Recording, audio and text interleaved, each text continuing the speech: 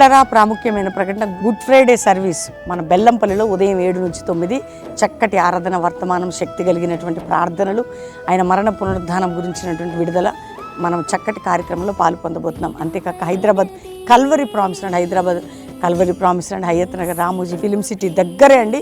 Good Friday service ఉదయం 10 నుంచి 1 గంట. తప్పకుండా కుటుంబాలుగా రండి.